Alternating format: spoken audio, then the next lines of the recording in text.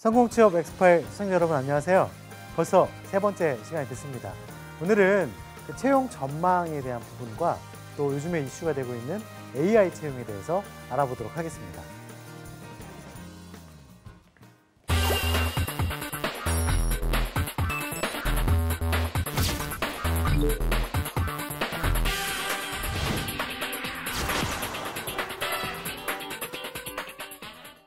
성공 취업 엑스파일 시청자 여러분 안녕하세요.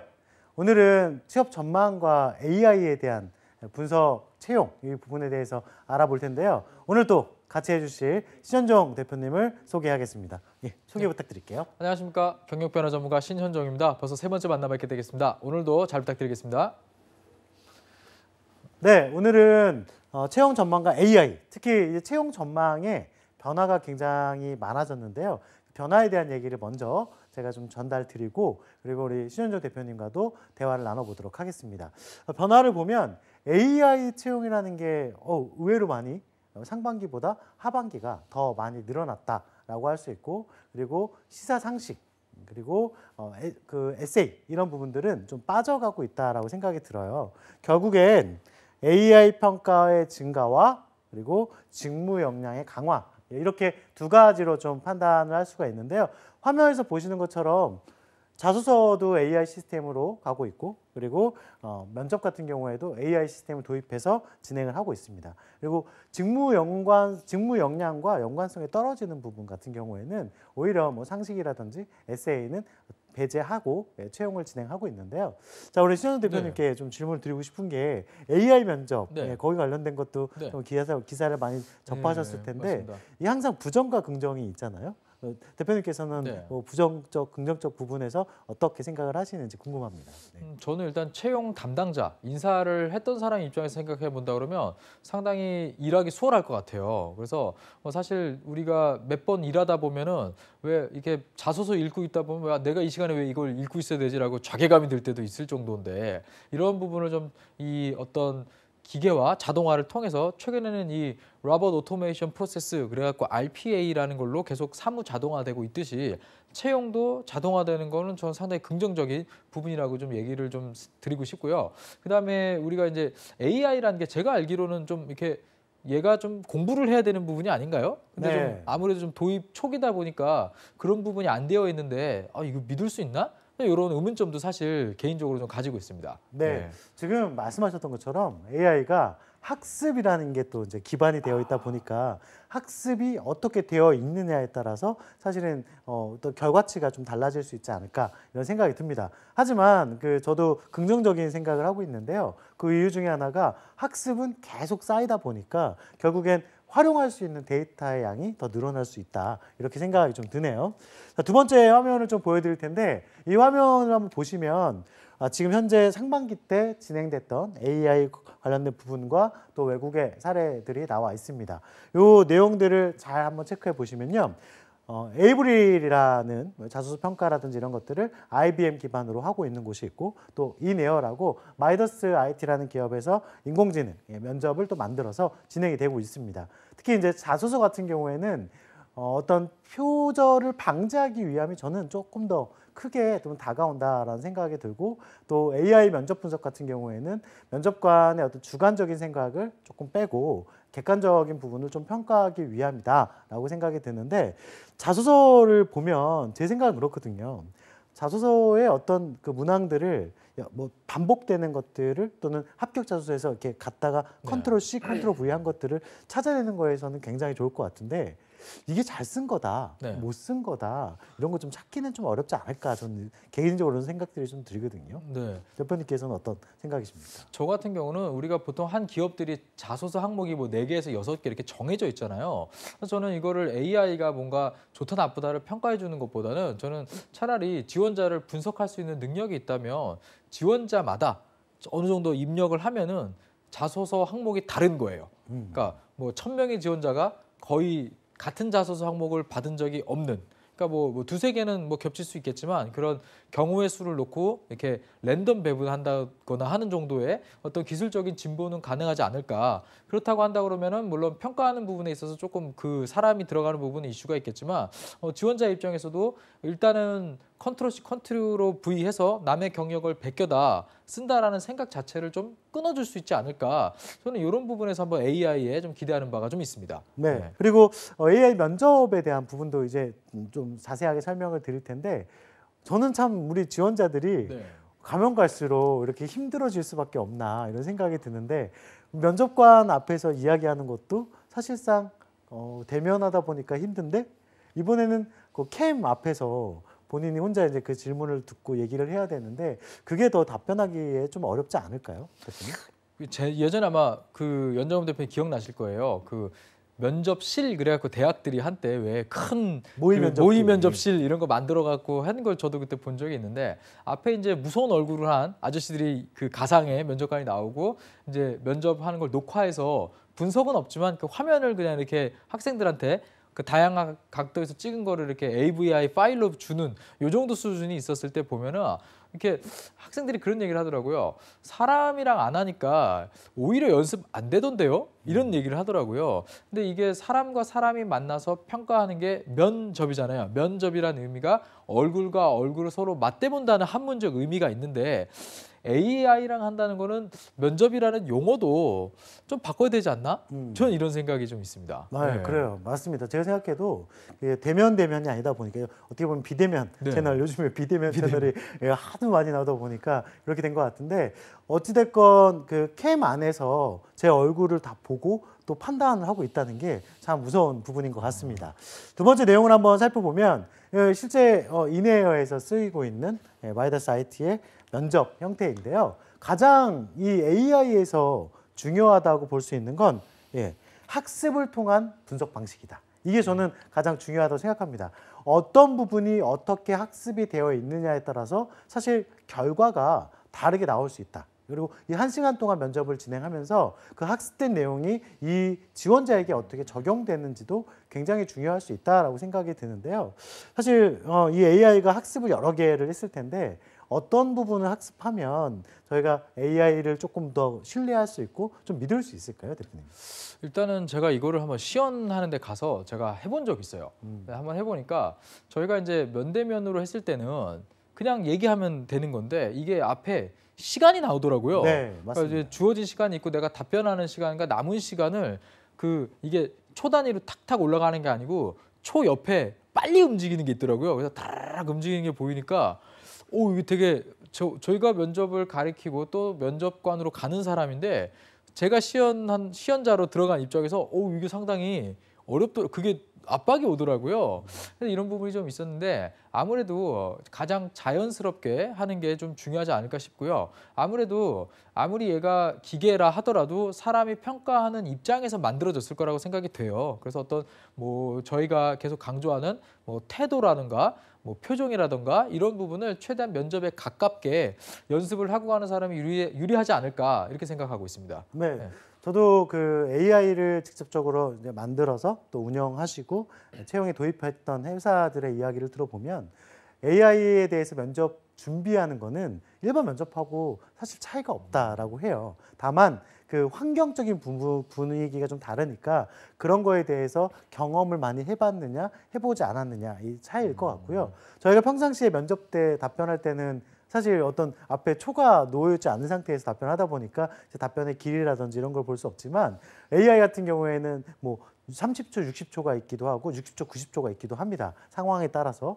그러다 보니까 앞에 눈에 초가 보이니까 오히려 더 긴장해서 말을 더 빨리 해야 되는 상황이 발생하거나 또는 그 초를 보고 그 안에 무조건 답해야 된다라고 생각하는 부분 때문에 더 버벅이는 상황도 많이 발생하지 않을까 이런 생각이 듭니다.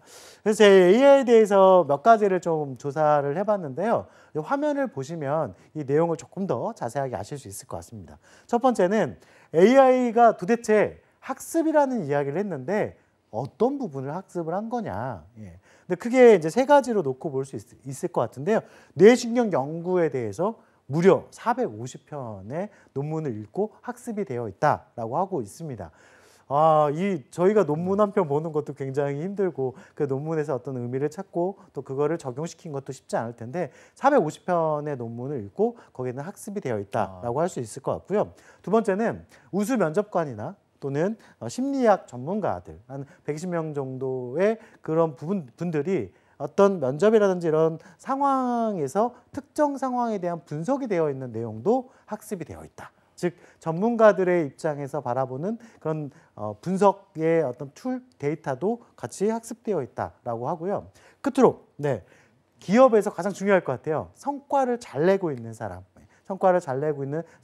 무려 6,000명 정도의 패턴을 데이터로 분석해서 학습을 하고 있다. 자, 요 3개 정도 학습이 되어 있으면 제가 봤을 때는 그래도 좀 좋은 데이터? 어떻게 보면 이제 또 그 적절한 데이터가 나올 수 있을 거라 생각하는데 부족은 하겠지만 요 정도면 그래도 좀 신뢰가 가능할까요? 보통 뇌신경 관련된 부분은요. 저도 이제 창의성과 관련된 부분에 대해서 조금 과거에 공부한 적이 있었는데 저희가 왜 창의성이 발현될 때 뇌의 어떠한 특정 부위에서 어떤 그 신경 교감이나 작용이 있는가 이런 것들을 하는 걸 봤었어요. 그래서 이거를 MRI로 촬영을 해가지고 분석을 하고 이렇게 해서 논문을 낸 거를 저도 같이 연구를 할 때 본 적이 있는데 실질적으로 어떤 우리 뇌가 우리 대부분의 어떤 행동을 제어하기 때문에 사실 어떤 특정한 행동 성향을 나타낼 때 뇌의 어떤 부분이 반응을 하고 그간 것들에 어떤 영향을 미친다 이런 부분이 제가 알고 있는 것보다 상당히 많이 연구가 되어 있더라고요. 그래서 근데 연구 과정 보니까 재밌더라고요. 어떤 상황을 만들어 놓고 거기에 이제 뇌가 하는 걸 보고 MRI를 바로 찍어보고 뭐 평상시를 비교해보고 이렇게 해놓더라고요. 그래서 이게 상당히 비용이 많이 들어가는 걸로 알고 있습니다. 그만큼 그러한 우리 지원자들이 생각을 하고 있는 부분에 대해서 판단을 해서 이 결과값을 제시할 수 있는 이런 신뢰값을 만들고 있다는 거에 대해서는 저는 상당히 의미 있는 이런 방법이다라고 좀 생각이 들고요. 저는 근데 이런 생각이 좀 들어요. 왜 저희가 똑같은 시험 문제를 인터넷으로 보는 것보다 사실 저희 세대는 종이로 푸는 게 편하잖아요. 맞습니다. 그런데 이제 요즘 20대들은 종이로 쓰는 것보다는 좀 인터넷이 익숙하지 않을까 해서 이런 AI 채용과 우리 면대면 면접 중에서 차라리 면대면을 더 어려워하지 않을까 전 이런 생각을 좀 한번 좀 해봤습니다. 예. 또 듣기로는 이게 AI는 아니지만 그 지원자에게 한 2, 3분 정도의 답변할 수 있는 미션을 주고 그 2, 3분 동안 동영상을 촬영을 합니다. 그래서 그 동영상을 바로 회사에 전송을 시켜서 회사의 실무자들과 그 인사 담당자들이 쫙 앉아서 같이 평가를 하는 거예요. 그 동영상을 보고 그렇게 면접을 또 진행하는 곳도 있다라고 하네요. 자, 두 번째 내용을 한번 볼까요? 이제 핵심 데이터에 대한 학습적인 부분을 봤다면 이번에 핵심 데이터의 분석에 대한 내용을 한번 볼 텐데요. 야, 놀랍습니다. 예. 안면 인식을 통해서 68개의 특정 부분을 체크한다. 그러니까 제가 이렇게 움직일 때 우리 시청자께서는 제 얼굴 표정이 잘 보일지 모르겠으나 그 포인트 하나하나를 다 체크하고 있다라고 볼 수도 있는 거고. 자, 두 번째는 음성 인식 기술을 통해 가지고요. 1000분의 1초 그 떨림까지도 찾아낸다. 이것도 굉장히 좀 무서운 부분인 것 같아요. 결국엔 이 음성 인식으로 끝나는 것이 아니라 그게 문자화돼서 핵심 어휘들도 분석할 수 있다라고 하는데 이 내용 자체가 어떻게 보면 이런 감정이라든지 표정이라든지 우리가 면접 때 얘기했던 그 보이지 않는 태도, 비언어적인 측면을 좀 얘기하는 게 아닐까 생각이 들거든요. 그 대표님께서는 어떻게 생각하십니까? 저는 보통 이제 면접을 가게 되면 비언어적인 태도에 대해서 평가하는 기준이 사람마다 또 틀려요. 맞습니다. 그래서 저는 저거 아니다라고 보는데 옆에 같이 면접하시는 분은 문제 없다라고 하시더라고요. 그래서 이런 비언어적인 그런 습성을 파악하는 게 사실 면접에 되게 중요한 그 절대 평정 기준 중에 하나인데 이러한 것들을 좀 표준화해서 뭐 이렇게 보여준다고 한다 그러면은 어떤 이런 시비도 조금은 줄일 수 있지 않을까 저는 좀 이런 생각을 좀 해보고요. 그리고 사실 저희가 이러닝 할 때 그 LMS라고 하잖아요. 이렇게 그 학습자를 실제감 있게 그 제어하는 이런 기술들도 사실은 조금 아직 완벽치 못하고 그리고 왜 우리가 운전하다 보면 자동차 번호판도 인식 잘 못하잖아요. 근데 사람을 이만큼 인식할 수 있을까 이런 거 조금 약간 좀 궁금점도 있습니다 개인적으로. 네. 그리고 어떻게 보면 뭐 이게 데이터가 다 맞다라고 할 수는 없지만 그래도 이런 좀 표준화 시키려고 하는 그런 작업이 좀 들어가 있지 않나 생각이 들고요. 실제 그 60분 동안 면접을 진행하게 되면 뭐 개인적인 자기소개라든지 그런 걸 답하는 것부터 시작해서 여기 또 마이더스 IT가 만든 이네어에서는 게임 면접도 있더라고요. 그래서 어떤 무게가 무거운 순으로 순서를 맞춘다든지 공을 옮긴다든지 그리고 가장 좀 신기했던 것 중에 하나는 얼굴 표정이 변화되는 걸 보여주고 그 사람의 감정이 어떤지를 보는 게 있었는데 사실 그런 그 면접을 보는 이유는 제 생각에는 대인관계적인 측면이지 않을까 생각이 들거든요. 대인관계를 좀 많이 하고 팀 활동을 좀 많이 한 지원자가 아무래도 조직 생활도 잘할 수 있지 않을까 생각이 드는데 혹시 그 뭐 팀 활동이나 대회 네. 활동 이런 것들을 할 때 주실 만한 혹시 팁 같은 게 있으실까요? 보통 우리가 이게 대외 활동이나 이런 팀 활동 결국 그 사람이 어떻게 이 사람들 사이에서 행동하는가를 좀 보고자 하는 건데 저희가 사실 그 뭐 많은 지원자들이 이 부분에 대해서 물어보면 본인이 다 팀장을 했대요. 다 팀장을 했고 A랑 B는 뭐 표현이 죄송한데 바보고 내가 나서서 얘네들을 다 정리하고 난 잘했어. 이제 이렇게 보통 끝나는 내용이 대부분인데 사실 우리가 포커스 맞추고자 하는 부분은 팀장이 아니고 인간관계 속에서의 본인의 역할, 그러니까 조직관계만이라고 하죠. 이 사람 안에서 자기가 오피셜하게 맡은 팀장이 아니고 언오피셜리하게 내가 사람들을 위해서 맡았던 역할이 분명히 있을 거거든요. 이러한 부분에 대해서 물어보는 건데 이러한 거를 너무 그냥 뭐 나는 팀 직급 위주로 이렇게 좀 풀어내는 경향들이 상당히 많더라고요. 그래서 이런 부분은 조금 면접을 들어가서 대화 이게 말씀을 하셨을 때 면접관들이 듣고 야 이건 아침에 들었던 내용이고 어제 들었던 내용이고 작년에도 들었던 내용인데 내가 이걸 왜 또 들어야 되지? 이런 아주 식상한 이런 표현이 될 수 있습니다. 그래서 그냥 팀장 맡았다 이렇게 끝내지 마시고요. 조금 더 다른 지원자들이 말하지 않는 부분이 무엇인지를 좀 찾는 게 먼저지 않을까 좀 이런 조언을 드리고 싶습니다. 네, 지금 보시는 것처럼 어떤 그 표정이라든지 목소리를 분석하는 것도 있지만 대표님께서 말씀해 주셨던 어떤 경험적인 측면을 잘 얘기하는 게 굉장히 중요할 것 같아요. 그런 게 또 면접에서도 많이 사용되는 부분이다 생각이 들고요. 저는 이제 팀으로 활동할 때 좀 팁을 드리고 싶은 게 세 가지가 있는데 우리가 대부분 협업이라는 말 많이 쓰죠. 그 협업에 대한 이야기, 그다음에 팀원들 간의 갈등에 대한 이야기, 그리고 내가 조금 더 헌신했던, 요즘에 헌신이란 말이 참 많이 나오는 것 같아요. 이 세 가지 정도를 좀 나름대로 팀 활동을 하면서 구분해 놓으시면 그것도 좀 도움이 되지 않을까 이런 생각이 듭니다. 자, 그러면 AI에 대해서 우리가 지금 알아보고 있는데 과연 AI를 찬성하는 사람과 반대하는 사람들 어떤 입장인지도 한 번은 좀 짚고 넘어가야 되지 않을까 생각이 듭니다. 화면을 한번 보시면요. 반대하는 쪽과 찬성하는 쪽을 기업의 입장과 구직자의 입장으로 놨는데 구직자 입장에서는 이 AI 면접이 쉽지 않은 면접인데도 불구하고 찬성이 좀 더 높습니다. 왜냐하면 요즘에 강조하고 있고 저번 시간에도 강조했던 공정성이라는 것 때문인 것 같고요. 기업의 입장에서는 아직까지는 그 직무 역량이라는 걸 판단하기엔 좀 어려울 수도 있다라는 생각도 들기 때문에 반반인 것 같은데 우리 대표님께서는 찬성과 반대 어느 쪽에 좀 더 생각이 있으신가요? 일단 저는 반대입니다. 왜냐하면 제 일자리가 없어지는 문제가 발생합니다. 이게 제가 아직 애들이 어립니다. 그래서 일단은 그 외부 면접관에 대한 이런 수요가 줄어들 거기 때문에 개인적인 입장에서는 반대라고 좀 얘기를 드리고 싶은데요. 하지만 어떤 절차의 공정성 그리고 사실 우리가 면접관 개개인을 믿을 수 있느냐에 대한 불신에서 시작됐다고 봐요. 그리고 워낙 지원자들이 많기 때문에 어느 정도 선까지는 좀 객관적인 기준으로 걸러내는 것도 스크리닝 해내는 것도 필요하다고 생각이 듭니다. 그래서 어떤 절차적인 내용에서는 좀 찬성을 하지만 저의 개인적인 입장에서는 조금 반대한다 이렇게 좀 얘기를 드리겠습니다. 저도 같은 생각인데요. 왜냐하면 이제 저희는 이런 부분이 또 직접적인 경제 활동과 연관성이 있으니까요. 네, 그거보다 기업의 입장에서 봤을 때 아직까지는 정확한 데이터가 좀 부족하지 않았나 이런 생각이 듭니다. 그 데이터가 정확하고 실제로 그 AI를 통해서 뽑힌 지원자들이 2년, 3년 이내에 성과를 낸다면 그거는 당연히 이제 활용 가능성이 있다라고 보고요. 그리고 우리 시청자께서도 알아두셔야 될 건 이 AI 면접을 본다고 거기서 절대 끝나는 게 아니고 그런 데이터를 바탕으로 해서 그 이후에 심층 면접을 가서 대면 채널은 계속 유지가 되니까 이제 그 점은 좀 기억을 해 두셔야 될 것 같습니다. 자, 그러면 구직자 입장에서는 아무래도 공정성을 얘기하고 있는데 공정성이 과연 AI로 또 구분이 될 것이냐 저는 좀 걱정이 되는 게 있습니다. 왜냐하면 AI에서 어떤 단어적인 측면을 많이 체크한다고 했는데 제가 평상시에 부정적인 사람이지만 이 촬영할 때만 긍정적으로 막 웃으면서 긍정적인 언어를 썼다면 그걸 또 찾아내기가 또 쉽지 않지 않을까 이런 생각이 드는데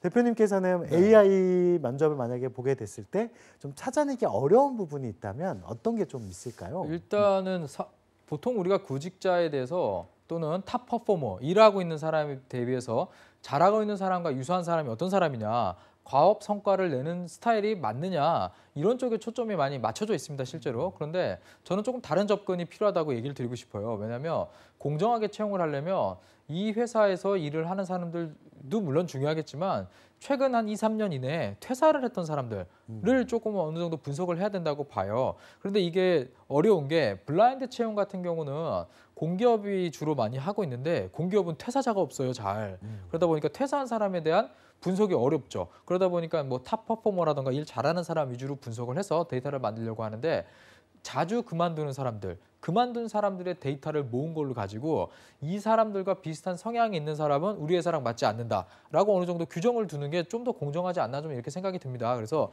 데이터를 좀 아직 얘기해 주셨듯이 데이터가 많지 않잖아요. 그래서 우리가 자꾸 이제 이런 저도 설명회나 이런 거를 가서 들어보면 잘하는 사람에 대한 이야기를 많이 하는데 그만두는 사람에 대한 이야기는 잘 안 하더라고요. 근데 사실 인사 쪽에서는 그만둔 사람들에 대한 데이터도 항상 많이 가지고 있거든요. 그래서 이런 부분이 좀 더 합쳐진다 그러면 우리 지원자들이 생각하는 그런 공정성을 좀 더 높일 수 있지 않을까. 저는 이렇게 좀 한번 한번 만들어 보는 게 어떨까 이런 생각을 좀 가지고 있습니다. 네, 굉장히 좋은 말씀을 해주셨어요. 사실 회사에서 입사해서 회사를 오래 다니는 거, 이게 굉장히 중요한 거고, 또 인사팀의 성과가 그런 무형자산을 유형자산으로 만들어내는 거라고 생각이 드는데, 뭐 일본 같은 경우에는 AI가 인사 관련된 부분도 관리를 하고 있는 회사들이 있다고 얘기를 들었거든요. 그중에 예를 들어서 뭐 제가 성과는 열심히 하는 성과가 부족하다. 그러면 그걸 6개월 정도의 데이터를 보고 이 사람한테는 퇴사하지 않게 성과를 단계별로 낼 수 있게 성과에 대한 교육을 해준다든지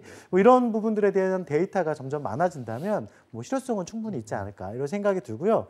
근데 또 중소기업 입장에서는 화면을 보시면 아시겠지만 대기업에 비해서 중소기업 입장에서 우리는 좀 사용을 좀 꺼려한다, 잘 모르겠다 이렇게 생각하시는 경우가 많은 것 같아요. 왜냐하면 어떤 비용적인 측면도 분명히 있을 것이고, 그리고 중소기업에서 일하는 그 근무 환경과 어떤 직무의 형태와 또 중견기업, 대기업의 형태가 다르다 보니까 데이터도 많지 않을 거다 생각이 드는데, 그래도 저는 앞으로의 어떤 효율을 높이기 위해선 이 중소기업도 AI가 적용이 되면 좀 더 낫지 않을까 생각이 들거든요. 우리 대표님께서는 어떻게 생각하시나요? 저도 중소기업에 많이 가보면요. 인사 담당자 하시는 분이요. 인사만 하시는 게 아니고요. 총무, 재무, 비서, 통합해서 그냥 실장 이런 분들이 많더라고요. 이렇게 보면은 인사 분야에 대해서 좀 전문성이 좀 떨어지는 게 사실입니다. 그런데 또 지원자들의 숫자도 적고 그러기 때문에 이러한 것들을 조금 도입을 한다 그러면은 전문성을 오히려 좀 더 높일 수 있고 아까 얘기 주셨듯이 심층 면접에서 회사에서 조금 개입을 하고 나머지는 맡겨둔다 그러면 비용적인 부분에서도 상당히 절감할 수 있을 거다 이렇게 생각이 드는데 지금 이러한 부분이 그 제도가 좀 도입되는 초기 단계다 보니까 조금 거부감이 있는 것으로 저는 좀 생각이 들고요. 만약에 중소기업이라면 오히려 이거를 좀 적극적으로 활용해야 되지 않을까 좀 이렇게 생각을 합니다. 그런데 아직 많은 데이터들이 공기업이나 대기업 위주로 좀 쌓여 있는 건 사실 맞아요. 그런 그 데이터들을 중소기업에 적용했을 경우는 합격할 수 있는 사람 제가 볼 때 한 명도 없습니다. 그래서 그러한 것들을 조금 기업들이 생각을 해본다 그러면 한번 중소기업에도 장기적으로는 도입이 필요하지 않을까 이렇게 생각이 좀 듭니다. 네, 아무래도 그 데이터가 굉장히 중요할 것 같고요. 그리고 또 개인정보보호법이라는 것 때문에 데이터를 모으기가 사실상 또 이제 쉽지 않은 부분이 있어서 그런 것들을 어떻게 헤쳐나가느냐에 따라서 중소기업에서도 적용을 시켜서 더 좋은 인재, 또 중소기업에서 가장 중요한 롱런 할 수 있는 인재가 또 뽑히는 그런 시대가 빨리 왔었으면 좋겠다 생각이 듭니다. 자, 마지막으로 우리 이제 취업에 대한 전략 부분을 좀 갈 건데요. 저는 첫 번째, 두 번째, 세 번째 이렇게 세 단계로 좀 이야기를 드리고 싶어요. 항상 정리가 안 돼 있고 뭐 어떤 방향이 설정이 되어 있지 않고 이래서 취업에 대한 준비가 어려운데, 먼저 경험에 대한 분석을 하시는 게 가장 중요하다라고 생각이 듭니다. 뭐 직무에 대한 또는 진로에 대한 방향 분석 이런 것들은, 자기 분석 이런 것들은 조금 더 저학년 때 해두시고 이제 바로 취업에 도입이 된다면 경험에 대한 정리가 돼 있으셔야 나중에 면접도 또는 서류도 활용할 수 있는 스토리가 많을 것 같고요. 그리고 직무에 대한 부분, 그리고 산업에 대한 부분 이렇게 세 가지를 좀 가져가면 좋지 않을까 생각이 드는데요. 우리 대표님께서는 이 네. 단계가 이렇게 세 개가 있을 때 좀 어디에 조금 더 집중하면 좀 성공할 가능성이 높을까? 예. 저는 경험 분석이라고 봐요. 네. 뭐 아무래도 펀더멘탈, 기초되는 부분이고요. 그냥 경험을 기반으로 자소서에 항목을 쓰고요. 경험을 기반으로 면접에 가기 때문에 경험이 정리가 안 돼 있다 그러면은 일단 쓰거나 대답하기가 어려울 거라고 저는 생각이 듭니다. 그래서 본인이 근데 또 경험했던 걸 다 기억하기가 쉽지 않거든요. 그래서 저도 실제로 이제 학생들 지도할 때 언제 입학했어? 물으면 저 2016년이요. 그러면 저는 표를 자 2016년 3월, 4월 이렇게 쭉 쓰게 해요. 3월, 4월, 5월, 6월 자 다 기억나는 대로 써봐. 해가지고 거기에서 경험을 한번 뽑게 하거든요. 그래서 일단은 그게 어느 정도 준비가 되면은 그 다음에 내가 이거를 같이 연결해서 쓰면 되겠구나 이런 식으로 경험 분석한 걸 기반으로 실마리를 찾아가더라고요. 그래서 저는 이렇게 세 가지 단계를 쭉 얘기를 해주셨는데 역시 가장 중요한 거는 저는 경험 분석이 아닐까 제가 이렇게 생각이 됩니다. 네. 지금 말씀 주셨던 것처럼 경험 분석이 굉장히 중요한데도 불구하고 경험 분석을 안 해놓은 지원자들이 너무 많고 나중에 뭐 학생의 경우에는 졸업할 때쯤 경험 분석을 하니까 1학년, 2학년 때 뭐 생각이 나나요? 생각이 안 나서 좀 아쉬운 좋은 그 경험이 있음에도 불구하고 아쉬운 것들이 많더라고요. 그리고 대표님께서 말씀해 주셨던 이 경험 정리도요. 정리만 해서는 절대 안 됩니다. 정리하시고 나서 같이 모여서 또 공유를 하다 보면 내가 그때 그랬던 것도 있어 이렇게 좀 찾아가는 방향도 나오는 부분들이 있어서 그렇게 또 활용하시면 좋을 것 같고요. 제가 생각하는 요 또 이게 세 개 중에 저는 산업 분석도 굉장히 좀 중요하다라고 생각을 하거든요. 이상하게 그래도 경험 분석과 직무 분석은 얘기를 또 많이 들으셔서 그런지 어느 정도 조금씩은 정리가 되어 있는데 산업을 모르시는 분들이 굉장히 많으시더라고요. 그래서 산업에 대한 정리도 좀 필요하지 않을까 이런 생각이 듭니다. 이렇게 세 개 정도의 단계를 준비하시면 취업하실 때 크게 저는 뭐 문제 없이 준비가 되고 또 성공 취업하실 수 있지 않을까 이렇게 생각이 드는데 대표님 오늘 AI랑 또 그 AI 적용이라든지 또 요즘에 트렌드를 잠깐 이야기를 나눠봤는데요. 우리 구직자들에게 끝으로 뭐 좋은 말씀 하나 좀 부탁드리겠습니다. AI도 결국은 여러분들의 경험을 분석하는 거라고 저는 생각이 듭니다. 그래서 대학 시절 뭔가 여러분들이 뭐 다른 거 아니에요. 많은 경험을 통해서 그 경험을 충분히 표현하는 거를 AI도 알아줍니다. 그렇기 때문에 여러분들 잘 생각하셔가지고 경험을 쌓고 정리하고 쌓고 정리하는 거에 게을리하지 마라 이런 조언을 드리고 싶습니다. 오랜만에 그 아재 개그 한번 할까요? AI 뭐 이렇게 아이 하지 마시고 죄송합니다. 준비 철저히 하시고 면접 똑같습니다. 그리고 지금 준비하시던 만큼 준비해 두시면 성공하실 수 있을 거라 생각합니다. 오늘 끝으로 또 같이 인사드려야 되겠죠? 인사드리겠습니다. 차렷, 경례, 감사합니다.